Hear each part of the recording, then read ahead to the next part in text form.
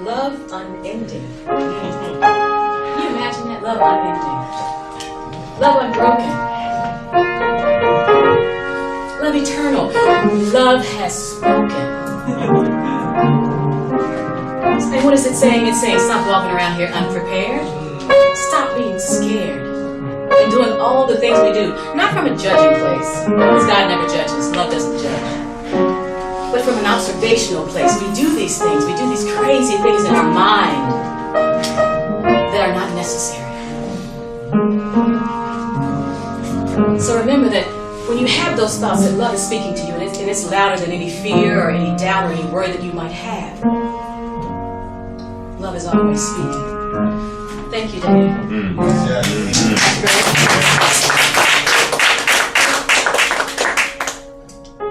Well, today we're going to continue our May message series. And today I get to time myself. Normally it's the other way around. Greg is timing himself. So. Exactly. All right.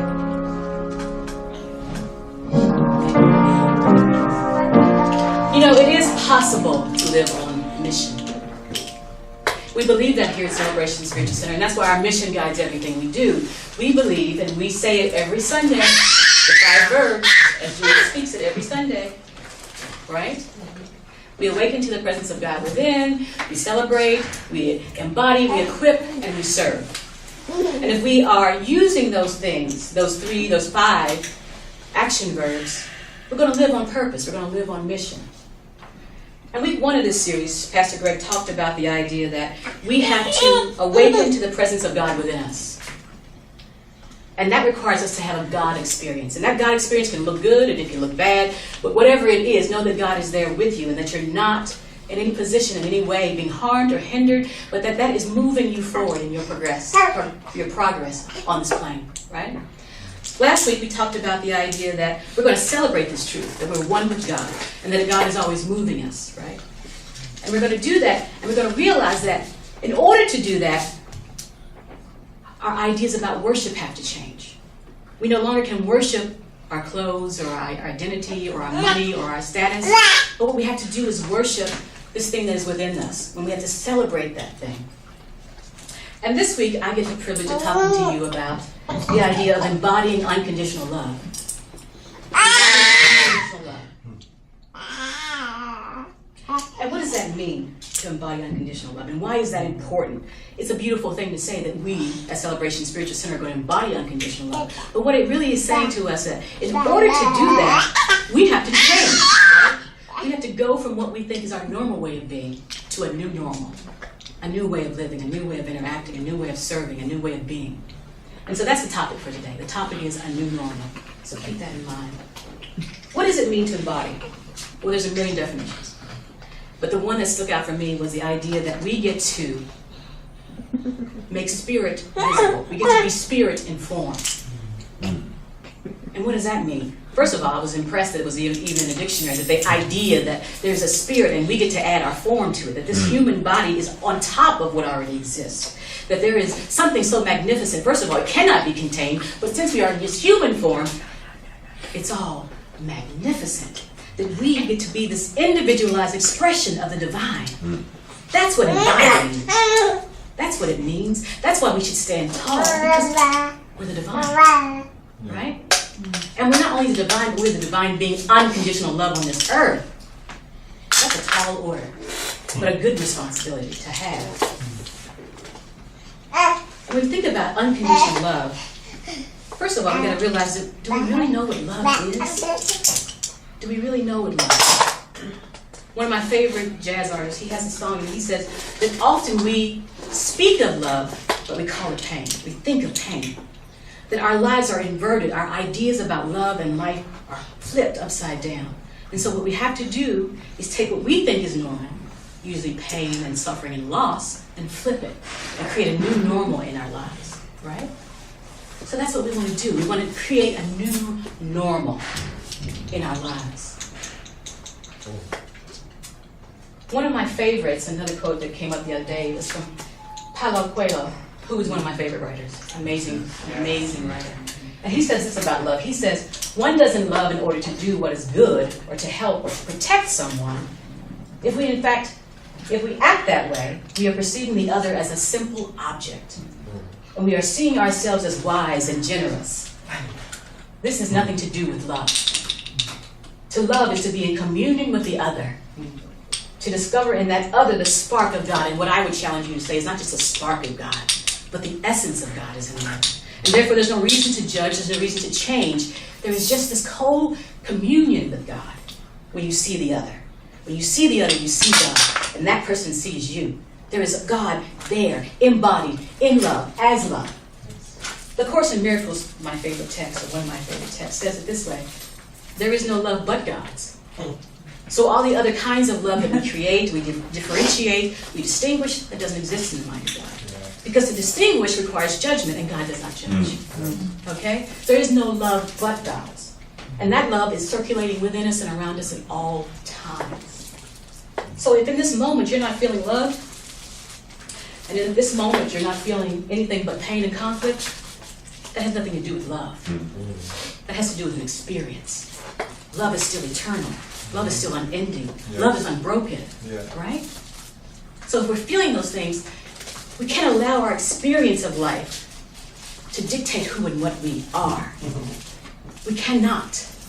And I'm here to say we cannot. We should not. We should not allow that. The interesting thing about this idea of embodying unconditional love is that in the Course it says nothing about unconditional. It just says love. We as humans put conditions on it, and therefore we think we have to have this thing called unconditional love. It's not. It's just love. Love is just. Love just exists. It doesn't require a change in anything. It just is. We're just moving in it, living in it, having our being in it. We know that to be true, right? That's why we're here. That's why we believe what we believe. Love is just here. It's not this thing that has to have anything else added to it. So how do we live from that place of unconditional love? How do we make these shifts in our life to go from what we think is normal to what is really normal, what is really true, and what is really good? I started to think about that. How do we communicate this idea? And that I started to realize that there are things that we are all endowed with. There are powers that we're all given. Powers. We forget these powers, but they're there. And I started to think about it in this way. I'm like, what if God could be in a form, were talking to us? And before we entered this earth, God said, take these things with you. Take these things, these powers with you for the journey. And I said, that would be cool, right? That would be cool to think that no matter what I did on this plane, I could not mess up. And that within me were things that I can access at any time to shift from what I think is normal to what is normal. Right? To move from thinking that we're speaking about love and calling it pain, but to really be in love. And that got me thinking, okay, how do I tell this story? How do I talk about love this way? How do I share these ideas about power? And what are these powers that I'm talking about, right? I started to think that there were 3 powers. There probably are more, but these are the 3 that I'm going to talk about today. The first is the power of surrender. The second is the power of forgiveness. And the third is the power of choice. Okay? All right? We got that? Surrender, forgiveness, and choice. And remember that they're available at any time. Nothing else is required. Love will speak to you at all times, saying nothing else is required, but you have these powers within you. Access them when you need them. That's beautiful. But how often did I do that in my own life? How often do I do that in my own life? How often do I move from what I think is normal to over to what is really normal? And I began to realize that my whole life has been this idea of trying to access this power and embody this thing, but not always being successful. And I thought, well, maybe I'll share a story, but then I realized that the best story to share was the story of Yolanda. The truest story to share is the story of Yolanda and how these things work in her life or don't work in her life.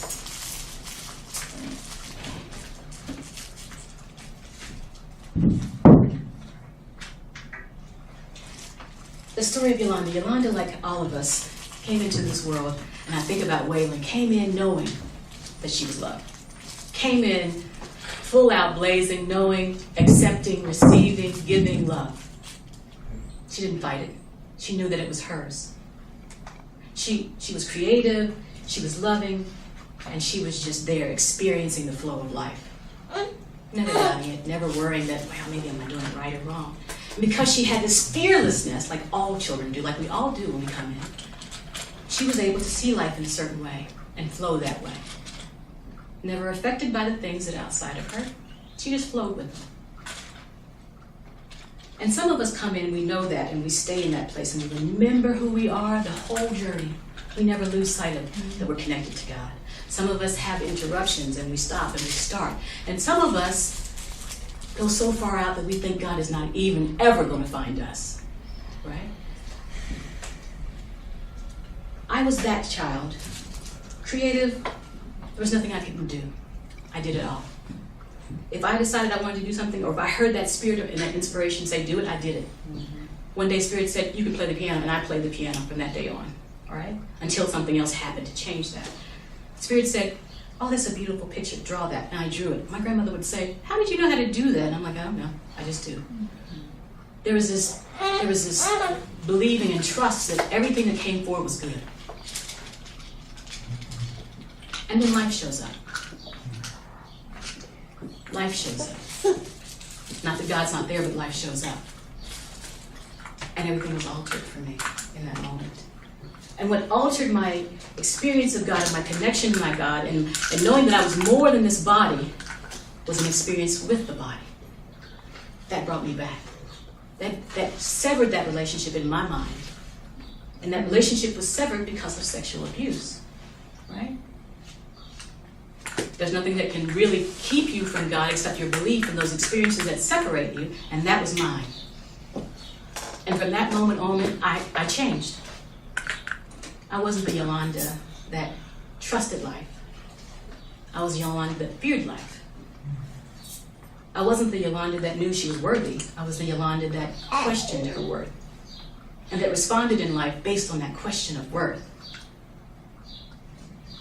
And I didn't access my power in that moment, my power of surrender. And surrender is not what you think. It's not this, oh, I just give up, right? Because within that is the belief that I still have control, right? I give up. This is not happening in the way I want it to. It's not about that. That's not what surrender is. Let me tell you what surrender is if you don't know what it is. Surrender is this idea that we can trust in the universe. And Einstein said it great. He said that the most important question that we can ask ourselves is the universe friendly? And how you answer that question is how your life unfolds. Right? Is the universe friendly? Can I trust this thing? Can I trust something that I cannot see? And my answer from that point forward was no.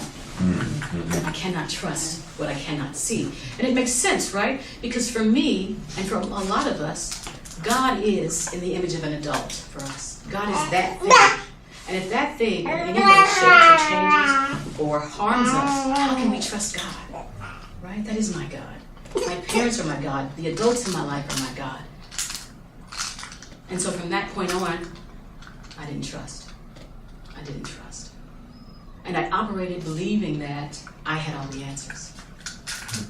I operated believing that I was so unworthy and so full of shame and so full of guilt that I had to make myself perfect so that I would be loved. And what does that get you? It gets you in a world of trouble. It gets you constantly on edge, constantly worrying about everything that happens in your life.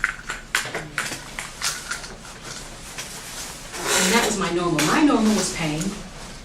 My normal was what I thought was abandonment. My normal was this idea of separation and guilt and shame. That was my normal. And that's what I went forward with, right? I never accessed this idea of surrender. I never allowed it to play out in my life in those early days. I progressed, I went to school, I did all those things, but I was still operating from that idea that I cannot trust the universe. And that's an interesting place to be in because you never relax. You never allow. You never allow God to be God. You actually are pretending to be God instead of allowing God to be in your life. Yeah. It's not, it doesn't feel safe. You're always on edge. You're always trying to prove. When in fact, God says there's nothing that you need prove. Because you are as I created you. Not the other way around, as much as we like to think. We did not create God in our image. God created us in its image. Yeah. Full of the power, the magnificence, the beauty, the joy, the everything, the complete essence of God. Interesting, right? Yeah. Interesting that that's our normal. Not this other way of doing it. Whatever that other way of doing for you, that's not it. So let's talk about this second power. Power of forgiveness. Sometimes we think of forgiveness as something that many of you may understand forgiveness and have your own idea of forgiveness, but I couldn't figure it out. I wasn't living forgiveness. I thought I was, but not the way this new reality says we should live forgiveness. You know, the traditional idea of forgiveness, we must judge the actions of somebody else, and then we either say, okay, I forgive you, or no, I don't forgive you. And we do that constantly. Okay, I forgive you, no, I don't forgive you. But what that does is, it sets us up in the role of God. And what it also does is, it separates us from the other person. What it also does is, because really everything is one thing, it makes us judge that person and in turn judge ourselves.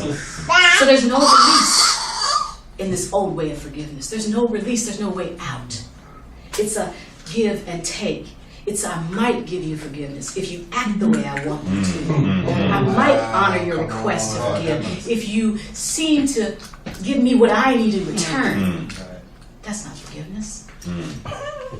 That's a type of forgiveness. It's an old type of forgiveness, but this new normal, this new type of forgiveness says that it looks beyond our perceptions, right? It looks beyond what we see in this world and how this world responds to us or doesn't respond to us.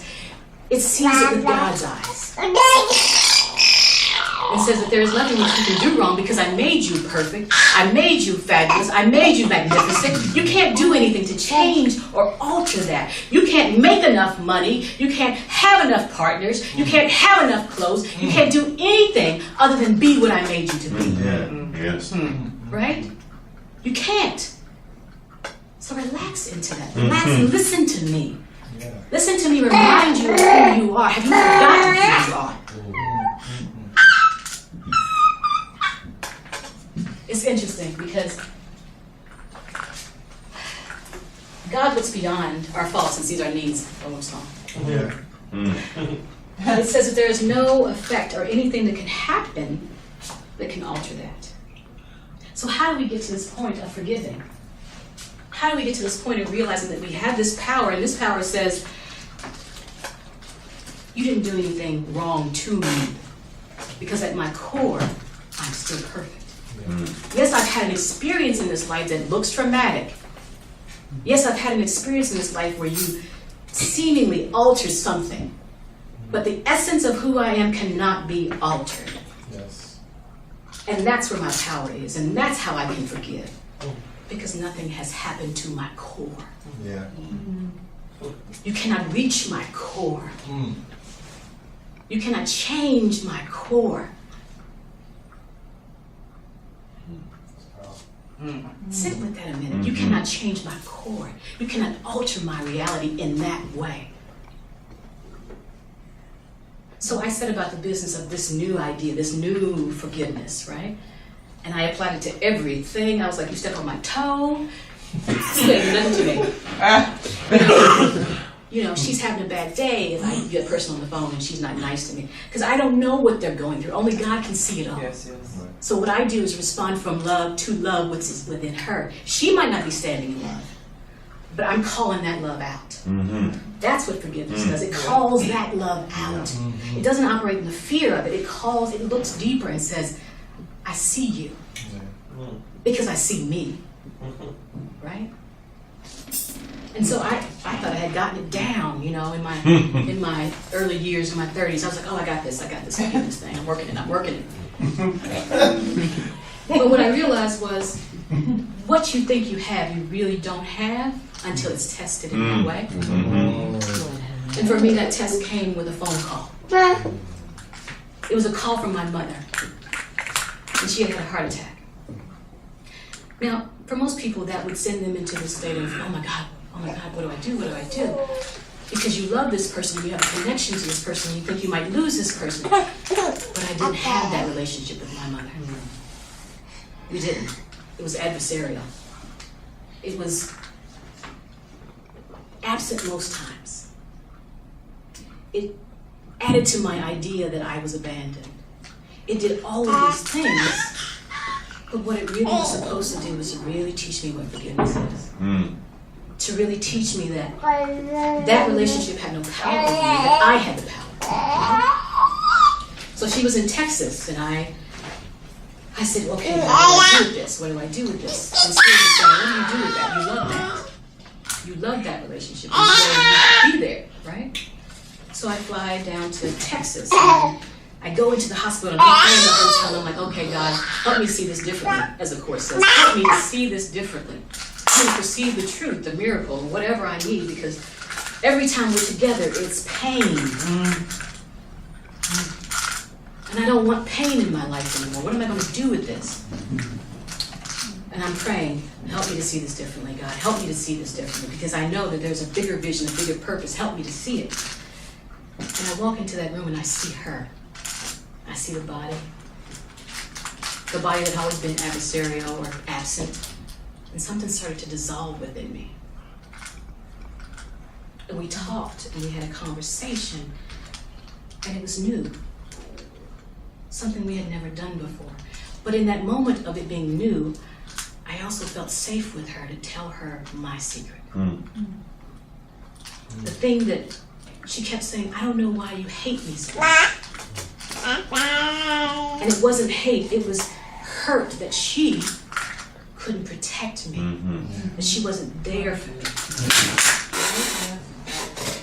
So I felt safe enough to share that with her. I said, this thing happened to me. And she instantly burst into tears, the mother's tears that I had never, ever seen from her. Never. And she said, I am so sorry. But it wasn't the sorry like forgive me, it was the sorry because she also said, I put you there because I thought you would be safe. Because I had experienced that same abuse in my life and I wanted you to be safe. In that moment, the power of forgiveness took over and it shifted that relationship. Because I could see it from her perspective. I could see what she had been going through. I could see that in those times when she wasn't there for me, it wasn't because she didn't want to be, she didn't know how to be. I could see in those times that when she didn't remember something like a birthday, it wasn't because she didn't think she was worthy enough to be there for me. She told me. And for the first time, we could communicate from that place. And that was beautiful. And that power, and I'm telling you, that was power. Because it came from somewhere, not me, but within me, that allowed me to see it that way. And it was beautiful because the following year, we kept in contact and our relationship started to grow. And she visited me in North Carolina. She came and she called and she said, I want to come see you. And I said, okay, that'll be fine. She brought my nephews with her and we spent 3 great weeks. We went back to our hometown in West Virginia. We hung out. She had all her favorite food. And then we got back to North Carolina and she had another heart attack in my apartment and died. Right? I would have seen that situation so differently if I was operating in my old normal. I would have. I would have been in all the guilt because I hadn't cleared it up. But this way I saw it. I saw that preparation that required me to understand what forgiveness was allowed me to extend it and her to receive it and therefore me to receive it. Right? I got it. But though that life ended, our relationship was strong. But though that life was taken in that way, that human person wasn't there, our bond was now stronger than ever before. That's the power of forgiveness in action. Now let's talk about this last. Where's my time? Oh, wow. Yeah. This thing goes fast. This goes fast.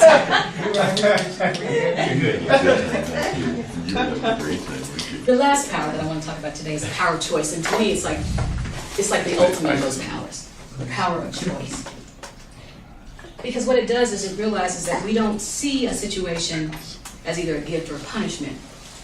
We see it as the ability to choose our realization, our understanding of that situation. And the Course in Miracles says, heaven is a decision that I make. And what that means is, I can look at this experience as good, or I can look at it as bad. I can see it and be in hell over it, or I can be in heaven over it. And that nothing outside of me can make me happy. And that God's will for me, as the Course says, is for my perfect happiness. Perfect happiness. Not half of the time happiness, where I have to worry about it, but perfect happiness. And so I began to think about that. Our guilt often holds us in a place. And we sometimes bury our guilt so deep that we think it's gone, but it shows up in our lives. Right? Right. Exactly. It shows up in our lives. But when we think about heaven, and we think about God and God's will for us being perfect happiness, we can look at it differently. We can make a different choice in our lives. And I realized in this idea of making a new choice, seeing it differently, choosing again, as the Course says, choose again. Anytime you are in a place where you've made what you think is a bad decision, choose again. Anytime you're in a place where you think, oh, I should have done that, choose again. Anytime you think, I have really screwed up this time, choose again. That's how powerful choice is. It's that easy. Choose again. And I realized in preparing this message this week, and in the weeks that have led up to this message, that I had gone back to my old normal.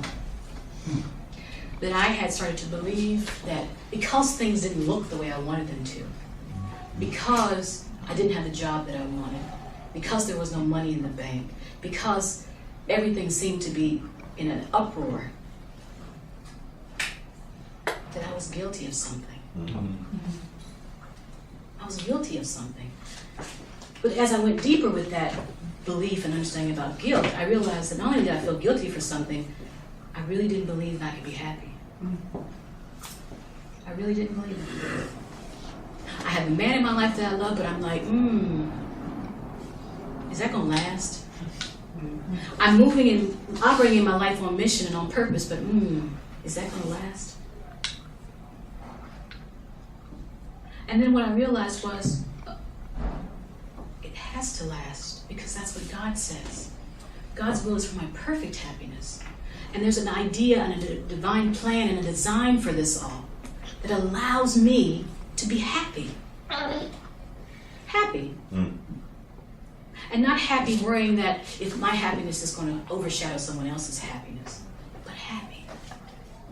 And because I wasn't believing in happiness, my life was reflecting chaos, because that was my old normal. My old normal, happiness was temporary, fleeting.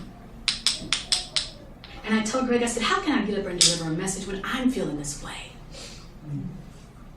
How can I do that? And he said, tell the truth. That's where I was, until I remembered my power of choice. Until I remembered that in this moment, there is no past and there is no future. This now moment is eternity, right? Because it extends from this now moment to this now moment to this now moment. That's eternity. And in this moment I can be happy, and in this moment I can choose happiness, and in this moment I can choose happiness. And so I did that. I began to think, I'm deserving of happiness. That's my old normal when I don't feel happy, when you're not joyous, when you're not feeling complete, when you're feeling unworthy. That is the ego's idea of life. But that's normal to the ego. Pain and suffering and loss is normal to our ego. It's normal to who we think we are, but it's not normal to God. Right? It's not normal to God. What is normal is joy. And if we're feeling depressed, because we all do, and I was there, I was in it. I was in it. I was questioning everything that I thought I knew. I was in it. God says, choose again. Pick your normal and hold to that, because that's what my normal is for you. So we use these tools, we use these ideas. Okay, this situation is beyond my control. I can surrender it. I can surrender it because I know that God's idea and plan for me is perfect happiness. I can surrender it because there is good and only good in the universe. If something happens, I've had an experience or something comes up in my past, I can forgive it. Not because I'm magnanimous, but because I know what God says. God says, you are as I created you and nothing is wrong with you. Nothing has happened to your core. So I choose forgiveness. And then the ultimate thing is to choose again and again and again.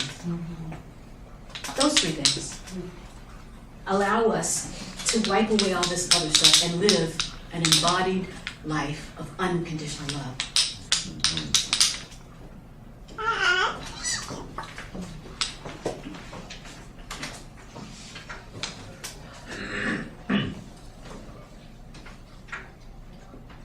As I said, the ultimate of these three powers is choice. And we get to choose. We get to decide how life looks for us. And we get to stand in that choice and live that choice. Greg and I were talking about this idea of moving from the old to the new normal. And we were going to joke about it. What if there was a land of new? What if there was a land where everything was possible? What if there was a land where love was all there was? How would I act in that land? What would I know was true for me in that land? How would I speak to myself in that land? Would I use the language of love, unconditional love, compassion, and grace with myself? Or would I step back over into fear and allow fear to rule the day? Would I start walking around here like I was unprepared? Would I be scared? Would I do all the crazy things that I do? I choose the new. I choose the new. And what I'm asking you to do today is think about that. Whenever life is feeling crazy, choose the new. A new way of being, a new way of acting, a new way of talking to yourself, of being with yourself, of allowing yourself some compassion, because there's enough out here that is not compassionate. Choose the new.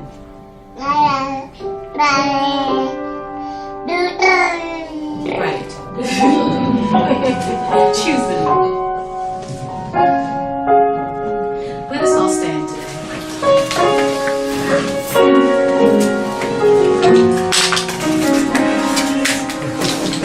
And let us remember this week as we go out that we are armed with power. We have the power of surrender. We have the power of forgiveness, and we have the power of choice.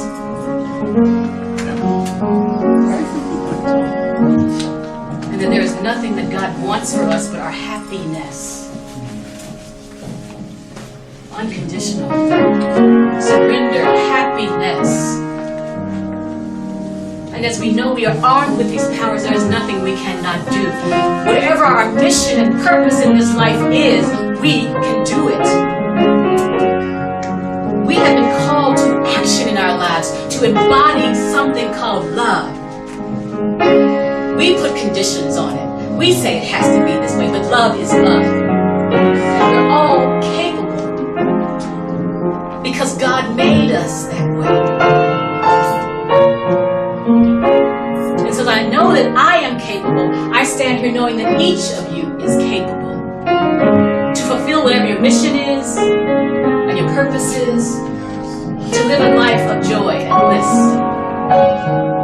And knowing this, I know, and I say here, Mother, Father, God, I know you to be joy. I know you to be peace. I know you to be prosperity. I know you to be abundance. I know you to be love. love without conditions. I know you to be the center of my joy. I know who and what you are. And as I know who and what you are, I know who and what I am.